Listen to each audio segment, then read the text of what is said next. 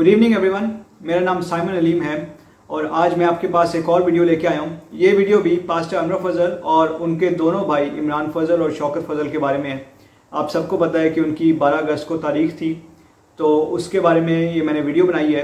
Video बनाते हुए मुझे देर इसलिए हो गई क्योंकि मैं कोशिश ये कर रहा था कि मेरे पास ज़्यादा से ज़्यादा इन्फॉर्मेशन इकट्ठी हो ताकि मैं आप सबको सही इन्फॉर्मेशन दे सकूं। और साथ ही साथ एक नया केस भी आ गया जो कि आज सुबह के टाइम पे हुआ है कि इस्लामाबाद में क्रिश्चियंस पे उसमें काफ़ी तशद्दुद किया गया है। तो आप सबसे मेरी रिक्वेस्ट है कि आप उन क्रिश्चियंस के लिए दुआ करें जो इस्लामाबाद में हैं, जिन पर तशद्दुद किया गया है। डिप्लोमेटिक इनक्लेव के पास ही एक इलाका है, वहाँ पे ऐसा हुआ है। एनीवेज, वापस आते हैं केस की तरफ। अब देखें, 12 अगस्त को आप सबको पता है कि आइजक टीवी जो कि पास्टर अनवर फजल का चैनल है, उसके फेसबुक पेज पे और बाकी सोशल मीडिया प्लेटफॉर्म्स पे एक पोस्ट आई, यानी एक खबर थी जिसमें लिखा हुआ था कि पास्टर इमरान फजल और पास्टर शौकत फजल, इन दोनों को पुलिस ने अपनी इन्वेस्टिगेशन में बरी कर दिया। और ये खबर जो है बहुत ज़्यादा वायरल हुई, इधर उधर फैल गई काफ़ी। लेकिन ये है कि ये खबर वैसी ही लिखी हुई थी और इसके साथ उन्होंने कोई डॉक्यूमेंट नहीं लगाया, कोई रिपोर्ट नहीं लगाई उन्होंने साथ जिसमें पुलिस ने लिखा हो कि वो दोनों इनोसेंट डिक्लेयर हो गए हैं। इसके साथ ही साथ मैं आपको ये भी बताता चलूँ कि जो पुलिस की इन्वेस्टिगेशन होती है उस पर केस ख़त्म नहीं हो जाता। पुलिस जो है अपनी इन्वेस्टिगेशन करके रिपोर्ट बनाती है और फिर जो है वो लोग रिपोर्ट अदालत में पेश करते हैं और फिर जज साहब के पास जाती है और अदालत उस रिपोर्ट को एनालाइज करती है। और अक्सर ऐसे भी देखा गया है कि अदालत पुलिस रिपोर्ट पे इतना रिलाई नहीं करती है क्योंकि अदालत ने तो एविडेंस देखने होते हैं और विटनेसेस को देखना होता है। और इसके साथ ही साथ जो ट्रायल होता है वो काफ़ी लंबा होता है और काफ़ी लंबा उसका प्रोसीजर होता है, तो पुलिस रिपोर्ट पे ये सब कुछ खत्म नहीं होता। अब देखिए पुलिस की तरफ आ जाते हैं। तो देखिए मैं अब आपको ये बता दूं कि पुलिस किसी को किस तरीके से इनोसेंट डिक्लेयर करती है। उसमें 4 पॉइंट्स हैं जो मैं आपको बताता चलूं। नंबर 1 वो ये है कि पुलिस जो है वो दोनों पार्टियों की सुलह करा देती है आपस में, यानी जो मुद्दई होता है और मुल्जिमान, इन दोनों की पुलिस सुलह करा देती है। उसको तस्फिया भी कहते हैं, समझौता भी कहते हैं या फिर राजीनामा भी कहते हैं।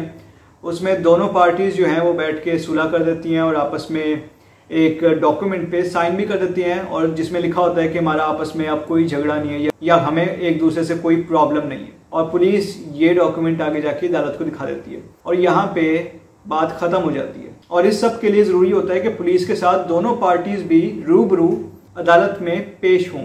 लेकिन देखें ये तरीका हर दफ़ा काम नहीं करता क्योंकि स्टेट जो है वो भी मुद्दई बनी होती है साथ। तो दो पार्टीज आपस में तो सुलह कर लेती हैं, मुद्दई के साथ तो सुलह हो गई, लेकिन स्टेट के साथ सुलह कैसे होगी? इसलिए मुकदमा आगे चलता रहता है। लेकिन ज़रूरी भी नहीं है कि चले, क्योंकि अक्सर स्टेट भी पीछे हट जाती है क्योंकि जब वो देखते हैं कि दोनों पार्टीज का आपस में सुलह हो चुकी है तो स्टेट भी फिर पीछे हट जाती है। अब सेकंड पॉइंट क्या है?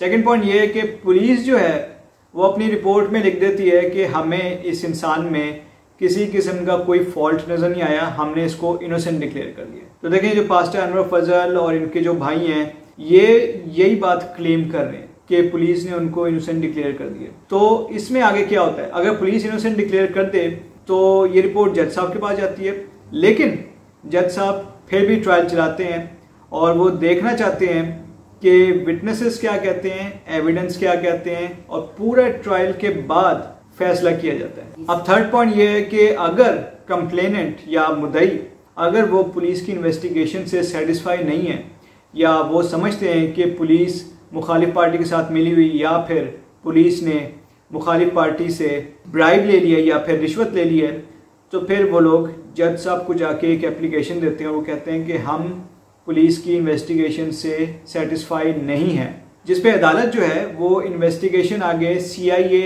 FIA या किसी और एजेंसी को दे देती है और वो उनको कहते हैं कि आप जो है इनकी इन्वेस्टिगेशन करें।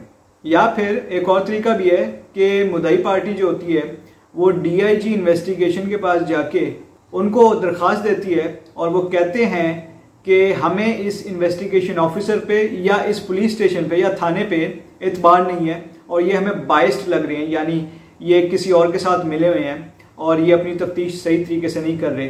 तो फिर उसमें DIG इन्वेस्टिगेशन जो है वो इस केस को किसी और थाने में मुंतकिल कर देते हैं या फिर CIA को दे देते हैं या फिर पुलिस की किसी और एजेंसी को दे देते हैं। और चौथा पॉइंट ये है कि अदालत जो है वो JIT बना लेती है और JIT जिसको जॉइंट इन्वेस्टिगेशन टीम कहा जाता है, उसमें डिफरेंट एजेंसीज भी इन्वॉल्व होती हैं जैसे ISI, CIA, IB और पुलिस की एजेंसीज भी इन्वॉल्व होती हैं तो ये सारे मिलके इन्वेस्टिगेशन करते हैं और इन्वेस्टिगेशन जो है ये बिल्कुल सही तरीके से करते हैं और उसके बाद ये लोग जज साहब को रिपोर्ट पेश कर देते हैं। अक्सर तो ये भी देखा गया है कि जज साहब JIT पे भी भरोसा नहीं करते हैं और वो देखते हैं कि अगर इसमें किसी किस्म की कोई भी कानूनी पेचीदगी है तो वो ट्रायल आगे चलाते हैं। तो ये सब कुछ बताने का आपको ये मकसद था कि ये सारा काम ये इतना आसान नहीं है और अदालत से बरी होना या ऐसे केस से जान छुड़वाना ये कोई आसान काम नहीं है। अगर पुलिस ने लिख दिया है कि वो इनोसेंट हैं तो इसका ये मतलब नहीं है कि वो इनोसेंट हैं। वैसे तो हमें कंफर्म भी नहीं है कि पुलिस ने लिखा भी है कि नहीं, क्योंकि हमारे पास कोई सबूत नहीं है। लेकिन अगर पुलिस ने लिख भी दिया ऐसे तो फिर भी ट्रायल चलेगा और अदालत देखेगी कि मुल्जिमान इनोसेंट हैं या नहीं है। क्योंकि देखिए, अगर पुलिस ही डिक्लेयर करना शुरू होगी कि ये गिल्टी है या ये इनोसेंट है तो फिर अदालत का क्या काम है। पुलिस का काम होता है मुल्जिम को पकड़ना, उसके बारे में रिपोर्ट बना के अदालत को पेश करना और अदालत का काम होता है कि वो ये डिसाइड करें कि ये इंसान गिल्टी है या इनोसेंट है। अच्छा देखिए, एक बात मैं आपको क्लियर करता चलूँ, वो ये है कि अक्सर मैं जब भी कहता हूँ वीडियो में कि जज साहब जो है वो फैसला करना चाहते थे, तो इसका ये मतलब नहीं है कि वो केस का फैसला करना चाहते थे, क्योंकि केस का फैसला तो अभी होगा भी नहीं, अभी उसमें काफ़ी देर है। जज साहब जो है वो इमरान फजल और शौकत फजल की इंटरम बेल का फैसला करना चाहते हैं, क्योंकि आपको पता है उनकी अभी इंटरम बेल है यानी अबूरी जमानत और उसका अभी कोई फैसला नहीं हुआ। ना ही वो इंटरम बेल अभी कैंसिल हुई है, ना ही इंटरम बेल अभी कंफर्म हुई है। और देखिए, इस सब का फैसला 16 अगस्त को होगा। जज साहब ने 16 अगस्त की नई डेट दी है और इसमें यह फैसला होगा। अब देखिए, 16 अगस्त को इमरान फजल और शौकत फजल की अगर बेल कैंसिल हो जाती है तो उनको उसी वक्त हथकड़ियाँ लग जाएंगी, उसी वक्त वो लोग अरेस्ट हो जाएंगे अदालत में ही। और अगर उनकी बेल कंफर्म हो जाती है तो जिसको उर्दू में कहते हैं जमानत मंजूर होना, वो हो जाएगा। लेकिन इसका ये मतलब नहीं है कि केस खत्म हो गया। दोनों सूरतों में अगर वो अरेस्ट भी हो जाते हैं तब भी, और अगर उनकी बेल कंफर्म हो जाती है तब भी केस खत्म नहीं होगा, केस चलता रहेगा। लेकिन चूंकि मर्डर का केस है और आजकल पाकिस्तान का जस्टिस सिस्टम जो है वो उसको रिफॉर्म किया जा रहा है और वो कोशिश करते हैं कि इस टाइप के क्रिमिनल केसेस को जल्द से जल्द सुलझाया जाए, तो इसलिए हो सकता है कि इस ट्रायल को जल्दी निपटा लिया जाए।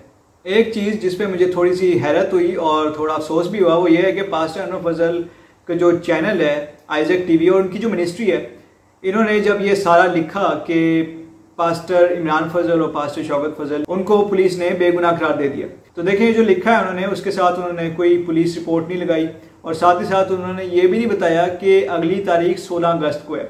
यानी वो ये इम्प्लाई करने की कोशिश कर रहे हैं, ये लोगों को अंदाज़ा दिलाने की कोशिश कर रहे हैं या लोगों के ये दिल में बात डालने की कोशिश कर रहे हैं कि केस बिल्कुल ख़त्म हो गया है और इमरान फजल और शौकत फजल बिल्कुल बरी हो चुके हैं, जो कि बिल्कुल भी नहीं है।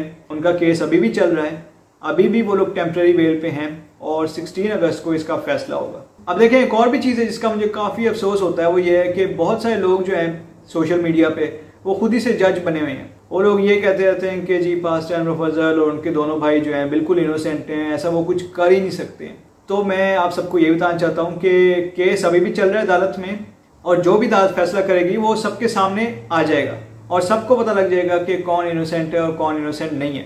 तो देखें, अभी वो एक्यूज हैं जिसका मतलब मुल्जिम होता है और इसका यही मतलब है कि उन पर अभी इल्ज़ाम लगा है और वो इल्ज़ाम अभी तक साबित नहीं हुआ और साबित कहाँ होगा? अदालत में होगा।